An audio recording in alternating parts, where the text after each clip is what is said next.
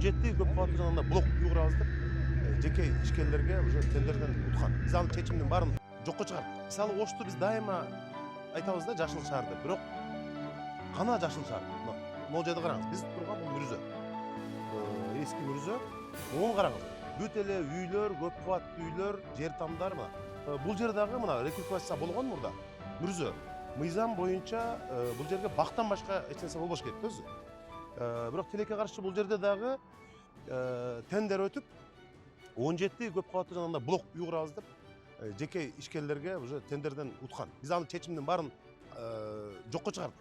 Анткени Мүрүзөнүн үстүнө көп кабаттуу үй куруп ал жерге мындай бизнес жасаганга мыйзам жол бербейт. Өзүңүз жакшы билесиз. Биз ошол мыйзамда кандай каралса ошондой кылдык дагы бул жерди жанагы жашыл бакка айландыруу. Жашыл бакка айландырбасак болбойт. Мына тегеректи көрүп атасыз өзүңүз. Азыркы реалдуу абал ушундай. Бир жерде сквер, бир жерде бак жок. 8 жерде ушу рекультивация иштери болгон. 10 гектардай жерди биз жашылдандырууга мындай чечкиндүү кадамга барып атабыз да.